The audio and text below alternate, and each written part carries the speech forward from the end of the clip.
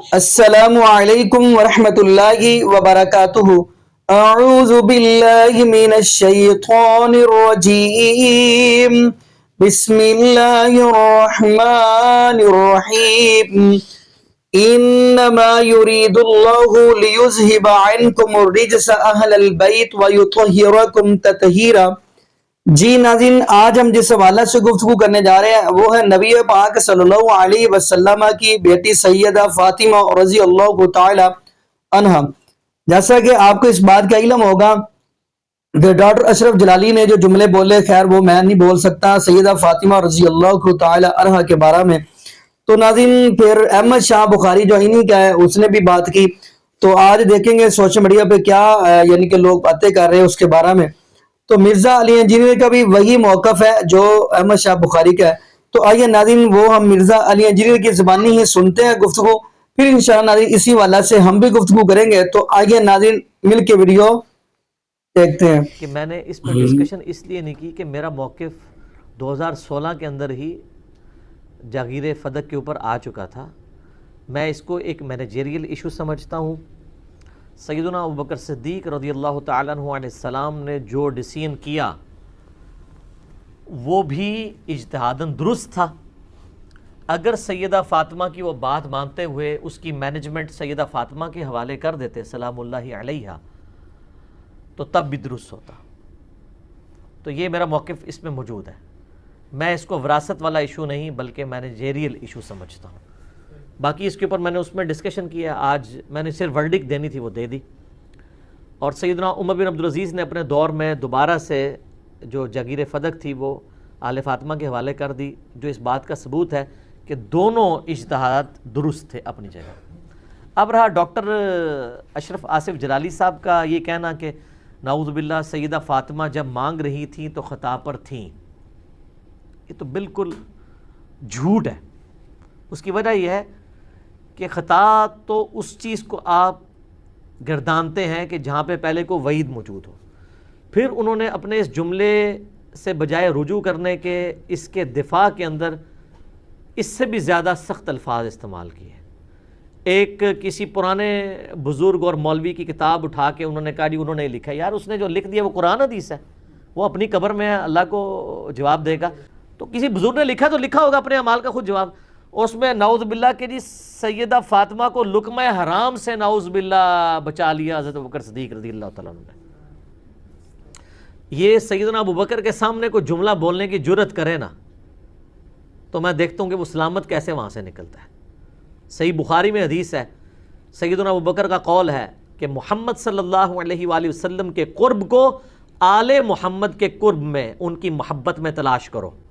تو اشرف جلالی صاحب نے اپنی بات کو جو ان کی زبان سے نکل گئی، سلپ آف ٹنگ ہو جاتا ہے، کوئی ایسا مسئلہ نہیں ہے، بندہ رجوع کر لے۔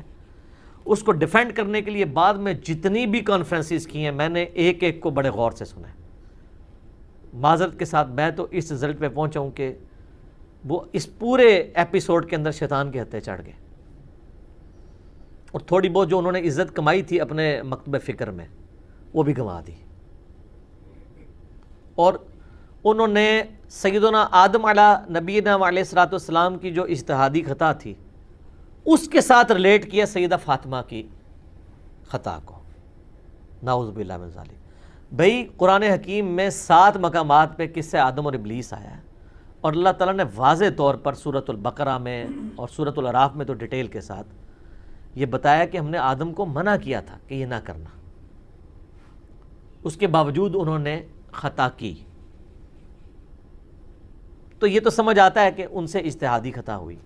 سیدہ فاطمہ کو نبی علیہ السلام نے یا اللہ تعالیٰ نے کہاں پہ منع کیا ہوا تھا کہ تم نے جا کے حضرت ابوبکر صدیق کے ساتھ باغ فدق کا مطالبہ نہیں کرنا؟ یہ کہاں منع کیا تھا؟ جب منع کیا نہیں تھا تو خطا کہاں سے ہو گئی؟ آپ کی بنیاد ہی غلط ہے۔ اگر اسی طریقے سے خطا مان لی جائے نا تو پھر تو کئی ایک خطائیں مانی جائیں گی، نعوذ باللہ۔ حضرت موسیٰ علیہ السلام کا اللہ تعالیٰ سے ریکویسٹ کرنا کہ میں تجھے دیکھنا چاہتا ہوں، تو اس کو نعوذ باللہ آپ گناہ کہہ دیں گے؟ نہیں، ان کی خواہش کا انہوں نے اظہار کیا، اللہ نے کہیں منع تو نہیں کیا ہوا تھا۔ ہاں جہاں پہ منع کیا ہوتا ہے وہاں پہ آپ کہہ سکتے ہیں کہ کسی معاملے میں اجتہادی خطا والا عنصر ہو. لیکن یہاں پہ تو سیدہ فاطمہ کے اوپر جھوٹا الزام لگایا اور پھر نعرے لگوا رہے ہیں جی بے خطا بے گناہ جو ہے وہ زہرا زہرا. چلے انہوں نے اپنی محبت کا اظہار کیا ہے، اس میں کوئی حرج نہیں ہے، لیکن یہ کہنے کی ضرورت ہی نہیں تھی. یہ خطاب پہ آپ نے خود ڈکلیئر کیا اور اب آپ خود ہی یہ کہہ رہے ہیں. یہ تو اسی طریقے سے ہے کہ کسی نیک پرہیزگار عورت کے بارے میں آپ یہ کہنا شروع کر دیں یہ اتنی شریف ہے کہ آج تک کسی مرد کے ساتھ نہیں بھاگی، یہ اتنی شریف ہے کہ اس نے کبھی منہ کالا نہیں کیا. تو یہ آپ تعریف کر رہے ہیں اس کی یا اس کی توہین کر رہے ہیں؟ اور بھائی لوگ کہیں گے کہ اس پہ آج تک الزام کوئی لگا ہے اس طرح کا کہ تو اس کی تعریف اس طریقے سے کر رہا ہے. تو اس کے ساتھ میں کمپیئر نہیں کروا رہا، یہ مثال میں نے سائیڈ پہ دی ہے. سیدہ فاطمہ پہ کب کسی نے الزام لگایا ہے کہ وہ خطا پہ تھیں؟ اگر کسی ملے نے لگایا ہے، کسی بابے نے لگایا ہے تو اس کی کوئی اہمیت نہیں ہے. آپ قرآن و سنت سے آ کے بات کریں. آپ اس لیول پہ آگے چلے گئے. اب رہا ان کا مسئلہ گالی گلوچ والا، تو یہ بات ماننے والی ہے کہ اس پورے ایپیسوڈ میں ان کی طرف سے گالی گلوچ اس طرح نہیں ہوئی جلالی صاحب کی طرف سے، ان کے مخالفین کی طرف سے ہوئی ہے. اب مخالفین کی طرف سے جو آئی ہے میں اس کو بھی مکافات عمل ہی سمجھتا ہوں، کیونکہ یہ وہی جلالی صاحب ہیں جنہوں نے اپنے ساتھ گالیوں والی سرکار کو بٹھا کے ڈاکٹر طاہر القادری صاحب کو باقی علماء کو گالیاں کتنی گندی دلوائی تھیں. تو اس وقت یہ انڈورس کر رہے تھے نا، کیونکہ یہ خاموش تھے اس کے اوپر. تو جب آپ یہ گندی گالیاں دلواتے ہیں لوگوں کو اور آپ کو ہی اپنے پیر خانے سے وہ گندی گالیاں پڑتی ہیں تو آپ کو پریشان نہیں ہونا چاہیے. آپ نے جو بویا تھا وہ آپ کے سامنے آ گیا. ہم تو دونوں کو کنڈیم کرتے ہیں.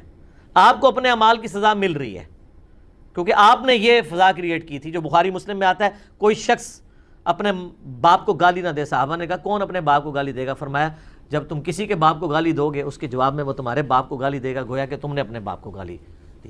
تو انہوں نے چونکہ گالیاں دی تھیں ایک کلچر کریٹ کیا تھا. اور میں آج کل بریلویوں کے پیجز دیکھ رہا ہوں نا اور یوٹیوب کے اکاؤنٹس، تو وہ اپنے انہی علماء کی گالیاں اپلوڈ کر کے کہہ رہے ہیں دیکھیں ان لوگوں کی زبان ہے. اور وہ ویڈیوز اس وقت کی ہیں کہ جب ہم کہتے ہیں کہ گالیاں کو نکال رہے ہیں. اب ان کو گالیاں نظر آ رہی ہیں، پہلے نہیں نظر آ رہی تھی. پہلے تو کہتے ہیں گالیاں دینا ثواب کا کام ہے، نعوذ باللہ یہ اللہ کی سنت ہے، رسول اللہ کی سنت ہے، حضرت ابوبکر کی سنت ہے. اس پہ میرا یوٹیوب پہ کلپ ہے، میں نے کیا گستاخوں کو گالیاں دینا ثواب کا کام ہے. میں نے ان کی ایک ایک دلیل کی 2 نمبری بتائی ہے کہ آؤٹ آف کانٹیکسٹ یہ چیزیں پیش کرتے ہیں، ایک ایک چیز کا جواب دیا ہے. ولادہ سے آج میرا ٹاپک نہیں ہے، میں نے اس کے اوپر ویڈیو ریکارڈ کروا دی تھی. تو آج اگر گالیاں پڑ رہی ہیں تو مکافات عمل ہے. باقی رہا ہے گرفتاریوں والا معاملہ، تو فساد فی الارض کے کانٹیکسٹ میں اگر کسی شخص کی زبان اس لیول تک ہے کہ وہ یعنی اہل بیت کے بارے میں، رسول اللہ صلی اللہ علیہ وآلہ وسلم کے بارے میں اپنی طرف سے باتیں کر رہا ہے. ایک تو ہے جو کتاب و سنت میں ہے، اس کے تحت اگر گورنمنٹ کوئی معاملات کرنا چاہتی ہے تو اس کو دیکھنے کی ضرورت ہے کوئی ایسی ایکٹیویٹی پرفارم نہ کرے کہ اس سے فساد فی الارض بڑھ جائے بجائے کم ہونے کے. میں سمجھتا ہوں کہ گرفتاریاں کوئی حل نہیں ہے. اس کی بجائے گورنمنٹ کا کام ہے کہ جو مولوی اس طریقے سے آپس میں لڑ رہے ہیں نا، ان کو گورنمنٹ کے فورم کے اوپر بٹھا کے علمی ڈسکشن مجادلہ کروا دیا جائے. ورنہ گرفتاریوں کا اگر یہ سلسلہ شروع ہوا نا تو یہ پھر تھمے گا نہیں. ایک دوسرے کروائیں گے. اب دیکھیں ایک دوسرے کی پرانی گستاخیاں نکال کے وہ اپلوڈ کر رہے ہیں. تو وہ والی گستاخیاں کر رہے ہیں. جب ہم کہہ رہے تھے گستاخی یہ مانتے نہیں تھے، اب وہ چونکہ ان کے مخالف ہو چکے ہیں، وہ ان کی گستاخیاں کر رہے ہیں. دیکھو جس نے یہ کیا کہہ دیا، دیکھو جس نے یہ کیا کہہ دیا. تو وہ ساری باتیں انہوں نے خود کی ہوئی ہیں. تو اس سارے ایپیسوڈ کے اندر میرا تو اوپینین یہی ہے کہ گندی زبان استعمال نہیں کرنی چاہیے، علمی ڈسکشن کو علمی رہنا چاہیے اور علمی ڈیبیٹس ہونی چاہیے. جی ناظرین، آپ نے یہ ویڈیو ملاحظہ فرمائی. ناظرین دیکھیں، نبی پاک صلی اللہ علیہ وسلم کی بیٹی سیدہ فاطمہ رضی اللہ تعالی عنہ، یہ میرے محبوب علیہ الصلوۃ والسلام کی لاڈلی بیٹی ہے. لیکن دوسری طرف نبی پاک صلی اللہ علیہ وسلم کے صحابی حضرت ابو بکر صدیق رضی اللہ تعالی عنہ ہے. تو ناظرین اگر سیدہ فاطمہ کے بارے میں جو ڈاکٹر اشرف جلالی نے جملہ بولا ہے ناظرین، وہ جملہ بنتا نہیں تھا. دیکھیں جو اہل بیت ہیں وہ تو معصوم ہے. آپ کہیں گے وہ کیسے؟ کیونکہ قرآن پاک کی آیت تو یہی بات بتا رہی ہے نا، انما یرید اللہ لیذھب عنکم الرجس اہل البیت ویطہرکم تطہیرا. اللہ پاک اپنے محبوب علیہ السلام کے اوپر قرآن پاک نازل فرما کے یہی تو بات کہہ رہے ہیں کہ فرمایا میرے محبوب علیہ السلام ہم نے ان کو پاک کر دیا ہے۔ تو ناظرین اب یہ دیکھا جائے یہ نبی پاک صلی اللہ علیہ وسلم کی وہ بیٹی ہے سیدہ فاطمہ رضی اللہ تعالی عنہ، جن کا بارے میں نبی پاک صلی اللہ علیہ وسلم نے فرمایا کہ یہ میرے جگر کا ٹکڑا ہے، جس نے میری بیٹی سیدہ فاطمہ رضی اللہ تعالی عنہ کو پریشان کیا، گویا اس نے میں محمد صلی اللہ علیہ وسلم کو پریشان کیا۔ اب ناظرین نبی پاک صلی اللہ علیہ وسلم کے صحابی حضرت ابو بکر صدیق رضی اللہ تعالی عنہ بھی اتنی محبت اتنا پیار نبی پاک صلی اللہ علیہ وسلم کے اہل بیت سے کرتے ہیں۔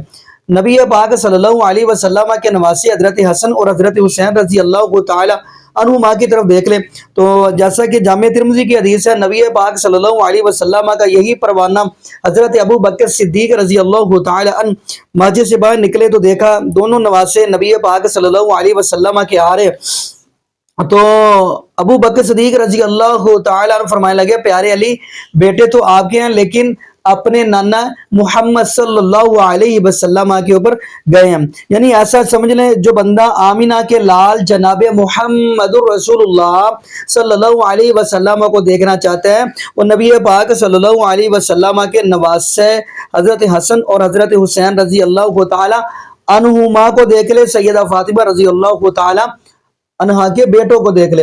ابو بکر صدیق رضی اللہ تعالی نے اہل بیت سے محبت کرنے والے، لیکن جو جملہ بولا گیا ہے وہ انجانے میں شاید ان سے بولا گیا ڈاکٹر اشرف جلالی سے۔ باقی ناظرین یہاں پہ ہم دعا ہی کرتے ہیں اللہ پاک ایسے لوگوں کو سمجھ عطا فرمائے، اور یہ بھی دعا کرتے چلے اب اللہ پاک ہمیں نبی پاک صلی اللہ علیہ وسلم کی شریعت کے مطابق زندگی گزارنے کی سیکھ دے، اور اللہ پاک ہمیں 5 وقت کا پکا اور سچا نمازی بنا دے، اور جتنے بھی بے اولاد جوڑے ہیں اللہ پاک سب کو نیک نورینہ صحت تندرستی والی ایمان والی لمبی زندگی والی اولاد عطا فرما دے۔ جزاکم اللہ خیرہ، احسن الجزاء، السلام علیکم ورحمۃ اللہ وبرکاتہ۔